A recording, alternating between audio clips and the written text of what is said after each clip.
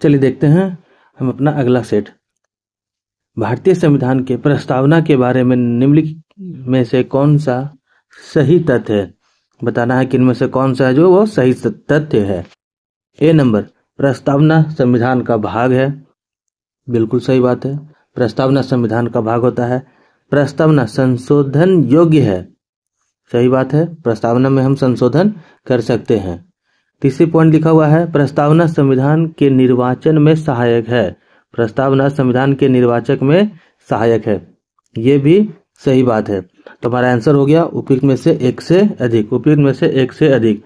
भारतीय संविधान में प्रस्तावना संविधान के किसी भाग, किसी अनुच्छेद या अनुसूची के अंतर्गत नहीं आता है। यह ध्यान देने वाली बात है कि भारतीय संविधान का प्रस्तावना संविधान के किसी भाग, किसी अनुच्छेद या किसी अनुसूची के अंतर्गत नहीं आता है। और इसमें तीन बातों को रखा, इसमें कुछ प्रमुख बातों को रखा गया है। यहाँ इसमें से तीन बातें यहाँ हमारे पास दी गई हैं। ये तीन बातें हमारे पास अब यहाँ पर दी गई हैं। प्रस्तावना संविधान का भाग है, प्रस्तावना संशोधन योग्य होता है, प्रस्तावना का प्रयोग संविधान के किसी अंश को समझने के लिए निर्वाचन के रूप में किया जाता है। प्रस्तावना का प्रयोग किसी संविधान के किसी अंश को समझने के लिए निर्वाचन के रूप में किया जा सकता है। इसके साथ साथ कह सकते हैं कि प्रस्तावना न्याय योग्य नहीं होता है और प्रस्तावना न तो विधायिका का स्रोत है और न ही विधायिका पर प्रतिबंध स्थापित कर सकता है। प्रस्तावना न तो विधायिका का स्रोत होता है और न ही विधायिका पर प्रतिबंध स्थापित कर सकता है।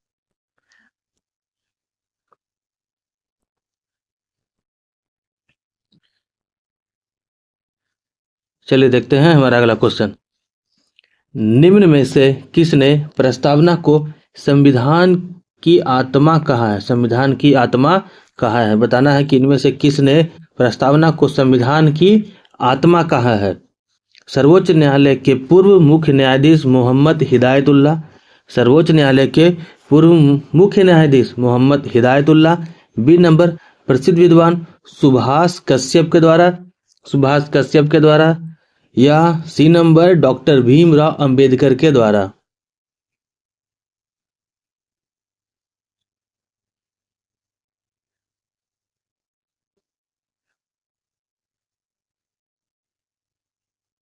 चलिए सही आंसर की बात करते हैं। तो इसका सही आंसर हो गया उपयुक्त में से एक से अधिक। उपयुक्त में से एक से अधिक। सर्वोच्च न्यायालय के पूर्व मुख्य न्यायाधीश मोहम्मद हिदायतुल्लाह ने प्रस्तावना को संविधान की आत्मा कहा था। प्रस्तावना को संविधान की आत्मा कहा था। वहीं प्रसिद्ध विद्वान सुभाष कश्यप ने प्रस्तावना के बारे में कहा था कि संविधान शरीर है तो प्रस्तावना उसकी आत्मा है। संविधान शरीर है। सुभाष कश्यप का कहना था कि संविधान अगर शरीर है तो प्रस्तावना उसकी आत्मा है। संविधान अगर शरीर है तो प्रस्तावना उसकी आत्मा है। इसके साथ अगर भीमराव अंबेडकर की बात करते हैं तो भीमराव अंबेडकर ने प्रस्तावना को नहीं बल्कि भीमराव अंबेडकर ने आर्टिकल 32 को संविधान की आत्मा कहा था। आर्टिकल 32 को संविधान की आत्मा कहा था। इसके साथ साथ कुछ अन्य लोग भी हैं जिन्होंने प्रस्तावना को संविधान की आत्मा माना है, जैसे पंडित ठाकुर दास भार्गव। उन्होंने प्रस्तावना को संविधान की आत्मा कहा। इसके साथ साथ प्रस्तावना को संविधान का सबसे मूल्यवान हिस्सा, उसकी आत्मा, एक कुंजी और एक आभूषण बताया है। ठाकुर दास भार्गव ने प्रस्तावना को संविधान की आत्मा, एक कुंजी और एक आभूषण भी बताया है। हिदायतुल्लाह की बात करते हैं, मुख्य न्यायाधीश हिदायतुल्लाह की बात करते हैं तो गोलकनाथ मामले में प्रस्तावना को संविधान की आत्मा कहा था।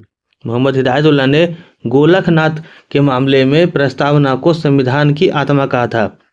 भीमराव अंबेडकर की बात करते हैं तो भीमराव अंबेडकर ने आर्टिकल 32 को संविधान की आत्मा बोला था।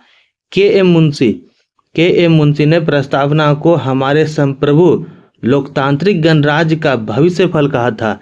के एम मुंशी ने प्रस्तावना को हमारे संप्रभु लोकतांत्रिक गणराज्य का भविष्य फल कहा था। इनके पालखीवाला की बात करते हैं। तो एन.के. पालकीवाला ने प्रस्तावना को संविधान का परिचय पत्र बताया है। N.A. पालकीवाला ने संविधान को प्रस्तावना का परिचय पत्र बताया था।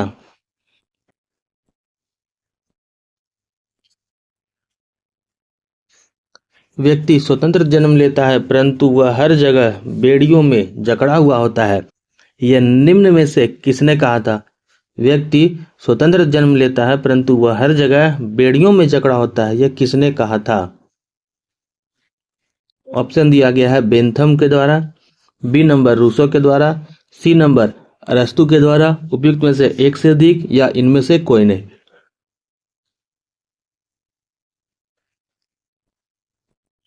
सही आंसर हो गया, यह तथ्य रूसो के द्वारा बोला गया है। इसे रूसो के द्वारा बोला गया है और रूसो ने यह बात अपनी पुस्तक सोशल कॉन्ट्रैक्ट में यह बात वो लिखी थी।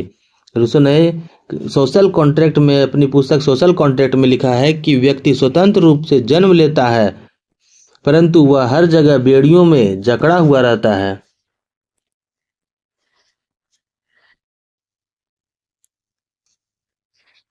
चलिए देखते हैं अगला question. The true law of monarchies, the true law of free monarchies, बताना है कि यह पुस्तक किसकी रचना है? A number Karl Marx, B number James प्रथम, H.J. लॉस्की की, उपयुक्त में से एक से अधिक या इनमें से कोई नहीं। सही ऑप्शन अगर बात करते हैं तो इसका सही ऑप्शन हो गया जेम्स प्रथम का। The true law of free monarchies पुस्तक इंग्लैंड के जो राजा हुआ करते थे जेम्स प्रथम, उसकी रचना है। इस पुस्तक को 1598 में प्रकाशित किया गया था। यह पुस्तक इसलिए इम्पोर्टेंट है, यह बुक इसलिए इम्पोर्टेंट है क्योंकि इसे ब्रिटेन के राजा, इंग्लैंड के राजा जेम्स प्रथम ने इसे पब्लिश किया था और जेम्स प्रथम ने राज्य की उत्पत्ति के दैवीय सिद्धांत के प्रबल समर्थक थे। जेम्स प्रथम का मानना था कि राज्य की जो उत्पत्ति होती है या जो राज्य की जो उत्पत्ति होती है, राजा जो बनता है वो दैवीय सिद्धांत के अनुसार बनते हैं। वो दैवीय सिद्धांत के प्रबल समर्थक थे। जेम्स प्रथम के अनुसार राजा पृथ्वी पर ईश्वर के जीवित प्रतिमा होता है। जेम्स प्रथम का मानना था कि राजा जो होते हैं वो पृथ्वी पर ईश्वर के द्वारा भेजे गए, या कह सकते हो कि ईश्वर की ही प्रतिमा होती है।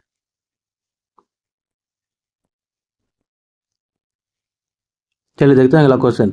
किस राजनीतिक चिंतन ने अपनी आत्मकथा में लिखा कि उसकी मां ने जुड़वा बच्चों को जन्म दिया, स्वयं उसे तथा डर को? ए नंबर थॉमस हॉब के द्वारा, बी नंबर जॉन लॉक के द्वारा, C number Jean Jacques Rousseau के द्वारा, उपयुक्त में से एक से अधिक या इनमें से कोई नहीं। सही ऑप्शन के देखते हैं तो इसका सही ऑप्शन हो गया थॉमस हॉब के द्वारा। थॉमस हॉब जो थे वो राजनीतिक चिंतक थे और उन्होंने अपनी आत्मकथा में लिखा था कि उसकी मां ने जुड़वा बच्चों को जन्म दिया है, एक थॉमस हॉब को और दूसरा डर को। थॉमस हॉब एक अंग्रेज दार्शनिक थे। थॉमस हॉब की प्रसिद्ध रचना, इन्होंने काफी पुस्तकें लिखी लेकिन उनकी प्रसिद्ध रचनाओं में लेविथान या डी सीव,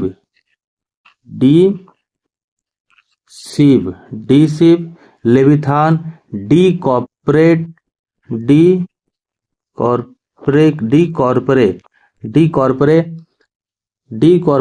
तथा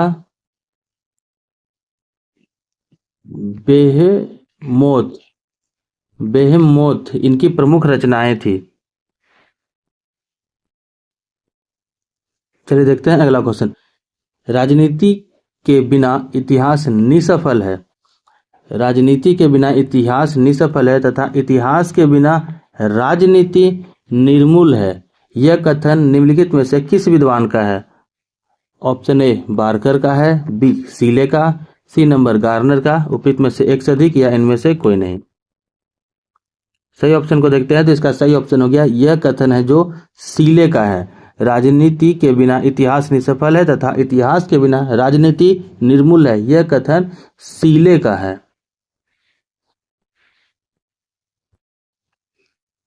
चलिए देखते हैं अगला क्वेश्चन। सामाजिक संविदा सिद्धांत के अनुसार निम्न में से कौन सही तथ्य है? सामाजिक संविदा सिद्धांत के अनुसार कौन सा कथन है जो बिल्कुल सही है? ए नंबर में लिखा हुआ है राज्य एक नैतिक संस्था है। बी नंबर राज्य एक मानवीकृत संस्था है। राज्य एक प्राकृतिक संस्था है। उपयुक्त में से एक से अधिक या इनमें से कोई नहीं।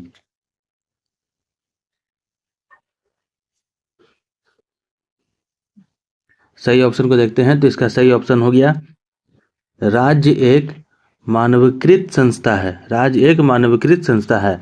सामाजिक संविदा सिद्धांत में प्रमुख समर्थक विद्वान थॉमस हॉब्स, जॉन लॉक और रूसे थे। इनका मानना था कि राज्य एक मानवीकृत संस्था है।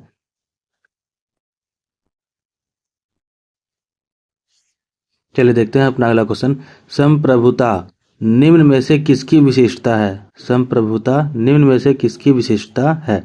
ए नंबर राज्य की, बी नंबर सरकार की, सी नंबर जनता की, डी नंबर उपयुक्त में से एक से अधिक, ई नंबर इनमें से कोई नहीं। इसका सही ऑप्शन हो गया संप्रभुता राज्य की विशेषता है। संप्रभुता राज्य की विशेषता है। डॉक्टर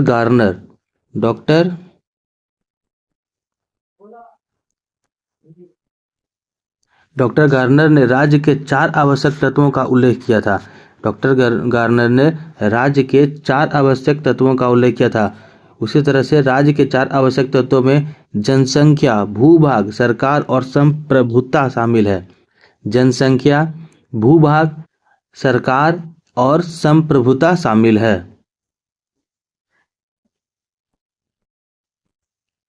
चलिए देखते हैं अगला क्वेश्चन। रॉल्स की न्याय की धारणा निम्न में से किस श्रेणी की है?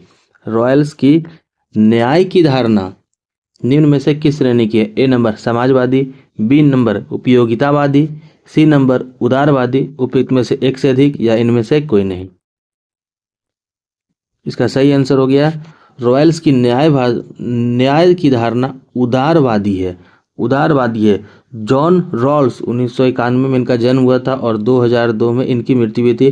वो 20वीं सदी के उदारवादी परंपरा के अमेरिकी विचारक थे। इन्होंने एक पुस्तक लिखी थी the theory of justice, a theory of justice, a theory of justice. इस पुस्तक में उन्होंने लिखा था कि न्याय के विषय पर उदारवादी सिद्धांत प्रस्तुत किए जिसे निष्पक्षता के रूप में न्याय का नाम दिया गया। निष्पक्षता के रूप में न्याय का नाम दिया गया था।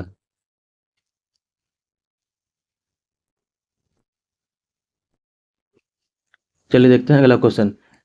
निम्नलिखित में से किसने यह विचार व्यक्त किया था कि यदि न्याय व्यवस्था न हो तो राज्य लुटेरों की टोली बन जाएगी?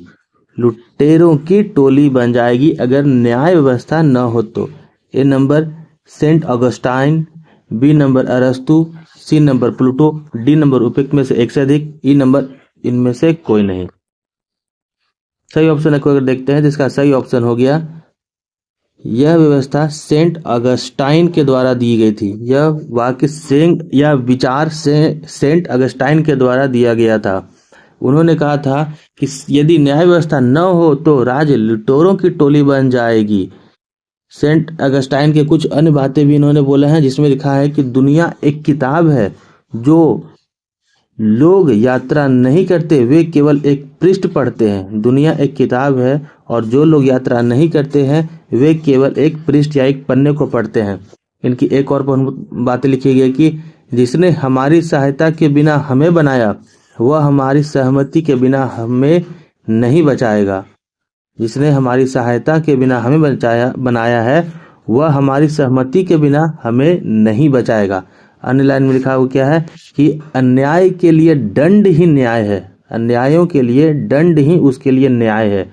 यह सभी बातें सेंट ऑगस्टिन के द्वारा बोली गई हैं।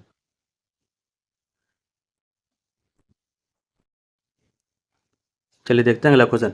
भारत के संविधान के किस अनुच्छेद में लिखा है कि 14 वर्ष से कम आयु का बालक किसी भी फैक्ट्री या खान या अन्य कोई जोखिमपूर्ण रोजगार में कार्य नहीं करेगा? आर्टिकल 24 में, आर्टिकल 45 में, आर्टिकल 330 में, उपयुक्त में से एक से अधिक या इनमें से कोई नहीं। सही ऑप्शन हो गया इसका आर्टिकल 24। आर्टिकल 24। आर्टिकल 24 में 14 वर्ष से कम उम्र के बच्चों को किसी फैक्ट्री, खान या कोई भी जोखिम भरे रोजगार में नहीं लगाया जा सकता है, जिसे हम बाल श्रम निषेध, आर्टिकल 24 को बाल श्रम निषेध के नाम से जानते हैं। आर्टिकल 45 की बात करते हैं तो आर्टिकल 45 में 6 से 14 वर्ष तक के बच्चों को निःशुल्क शिक्षा, निःशुल्क प्राथमिक एवं अनिवार्य शिक्षा का प्रावधान है।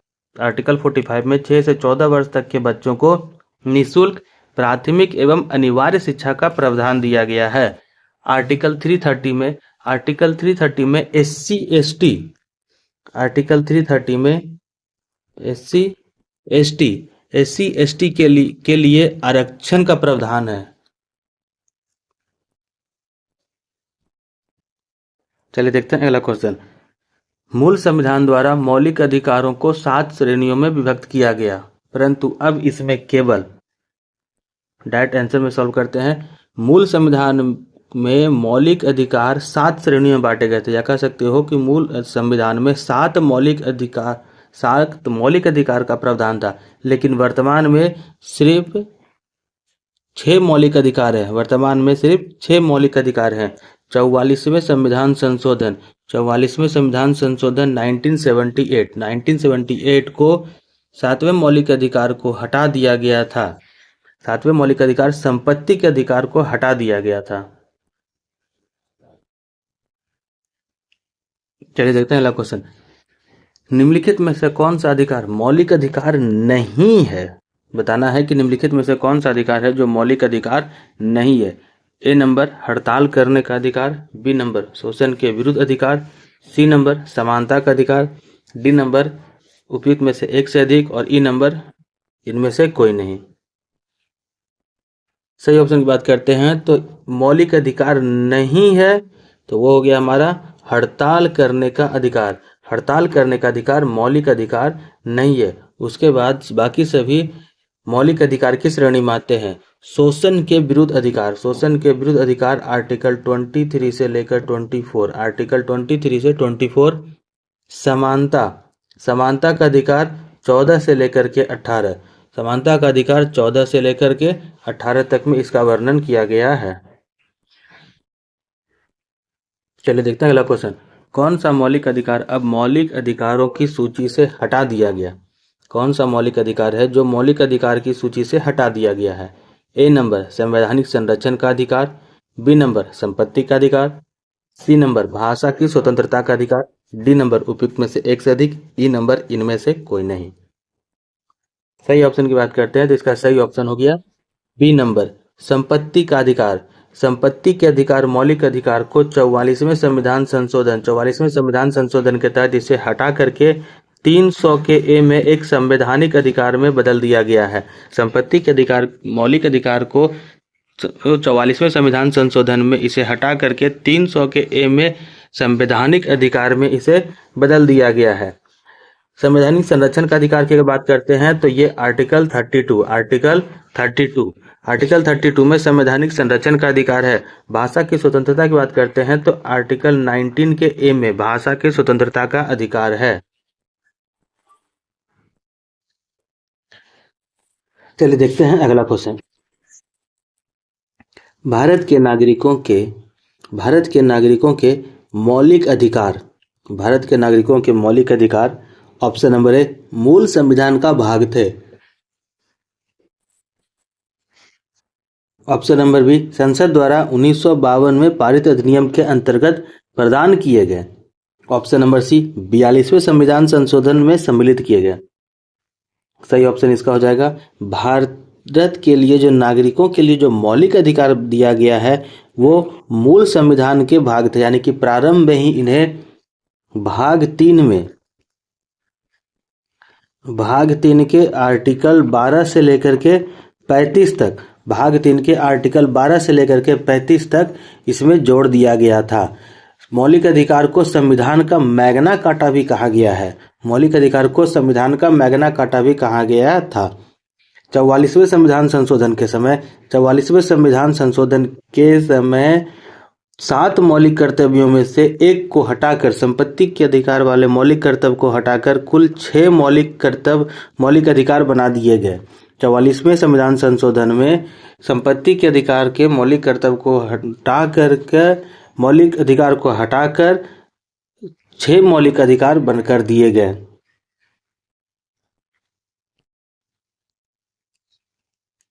चलिए देखते हैं अगला क्वेश्चन। समानता का अधिकार राज्य द्वारा महिलाओं, बच्चों तथा पिछड़ी जाति के लिए विशेष प्रावधान किए जाने पर प्रतिबंध लगाता है। पिछड़ी जाति के लिए विशेष प्रावधान किए जाने पर प्रतिबंध लगाता है। बी नंबर, राज्य को निवास स्थान के आधार पर भेदभाव करने की अनुमति देता है। ये दोनों बातें गलत हो गई, ये भी सही नहीं है और ये भी सही नहीं है। सी नंबर देखते हैं, राज्य को महिलाओं, बच्चों तथा पिछड़ी जाति के लिए विशेष प्रबंध करने की अनुमति देता है। ये बिल्कुल सही बात है, क्योंकि इसमें विशेष प्रबंध करने की अनुमति देता है। तो हमारा सही आंसर हो गया ऑप्शन नंबर सी। राज्य को महिलाओं, बच्चों तथा पिछड़ी जातियों के लिए विशेष प्रबंध करने की अनुमति देता है। बात करते हैं समता के अधिकार की। तो समता के अधिकार का वर्णन आर्टिकल 14 से लेकर के 18 तक किया गया। आर्टिकल 14 से लेकर 18 तक में किया गया है, जिसमें आर्टिकल 14 में समता या कानून के समझ समानता का अधिकार है। आर्टिकल 14 में कानून के समझ समानता का अधिकार है। आर्टिकल 15 में लिंग, जाति, नस्ल, जन्म या किसी भी आधार पर भेदभाव नहीं किया जा सकता, इसका प्रावधान आर्टिकल 15 में दिया गया है। आर्टिकल 16 में अवसर की समानता, यानी कि नौकरियों वगैरह में पिछड़ी जाति और उपजातियों के लिए अवसर की समानता का प्रावधान दिया गया है। आर्टिकल 17 में अस्पृश्यता या छुआछूत को अंत करने का प्रावधान दिया गया है। आर्टिकल 18 में उपाधियों के अंत का प्रावधान दिया गया है। चलिए देखते हैं अगला क्वेश्चन। निम्न में से वह व्यक्ति कौन है जिसे भारतीय संविधान के तहत आपातकाल की घोषणा करने के लिए अंतिम प्राधिकार माना जाता है? यानी कि इसमें से कौन सा व्यक्ति है जो आपातकाल की घोषणा कर सकता है? ए नंबर राष्ट्रपति, बी नंबर प्रधानमंत्री, सी नंबर मंत्रिपरिषद। सही ऑप्शन की बात करते हैं तो इसका सही ऑप्शन हो गया ए नंबर राष्ट्रपति। राष्ट्रपति को आपात लागू करने का प्रावधान दिया गया है। भारत के राष्ट्रपति का जो पद होता है वो आर्टिकल 52 के अंतर्गत रखा गया है। और आर्टिकल 53 में राष्ट्रपति को कार्यपालिका शक्ति में निहित है, या कह सकते हो कि राष्ट्रपति में कार्यपालिका शक्ति निहित है। यह प्रावधान आर्टिकल 53 में दिया गया है। आपातकाल की बात करते हैं तो आपातकाल में सबसे पहले आपात आता है 352 आर्टिकल 352 को राष्ट्रीय आपात बोला जाता है, जो युद्ध या बाहरी आक्रमण करने पर लगाया जा सकता है। आर्टिकल 352 में राष्ट्रीय आपात की बात की गई है, जो युद्ध अथवा बाहरी आक्रमण या सशस्त्र विद्रोह के कारण लगाया जा सकता है। भारत में इसे 3 बार लगाया जा चुका है। 1971 भारत पाक युद्ध के साथ, 1965 भारत और चाइना युद्ध के पास, और 1975 आंतरिक अशांति के कारण 3 बार राष्ट्रीय आपात को लगाया जा चुका है। दूसरा आपात हो गया 356 आर्टिकल 356 को राज्य आपात या राष्ट्रपति शासन कहा जाता है। इसमें राज्य की संवैधानिक मशीनरी जब विफल हो जाती है, राज्य में जब संवैधानिक तंत्र विफल हो जाता है, तब इसे राष्ट्रीय आपात या राज्य आपात को लगाया जा सकता है, जिसे हम राष्ट्रपति शासन के नाम से जानते हैं। यह कई बार लगाया जा चुका है लगभग। आर्टिकल बात करते हैं 360 आर्टिकल 360 के, तो इसमें वित्तीय आपात से संबंधित प्रावधान दिए गए हैं। आर्टिकल 360 में वित्तीय आपात से संबंधित प्रावधान दिए गए हैं, और भारत में ऐसी स्थिति आज तक एक बार भी नहीं आई है जब वित्तीय आपात को लगाया जा सके। चलिए देखते हैं अगला क्वेश्चन। निम्नलिखित में से यूएस संविधान की विशेषता कौन सी है जो हमारे संविधान में निर्माताओं द्वारा ग्रहण की गई है?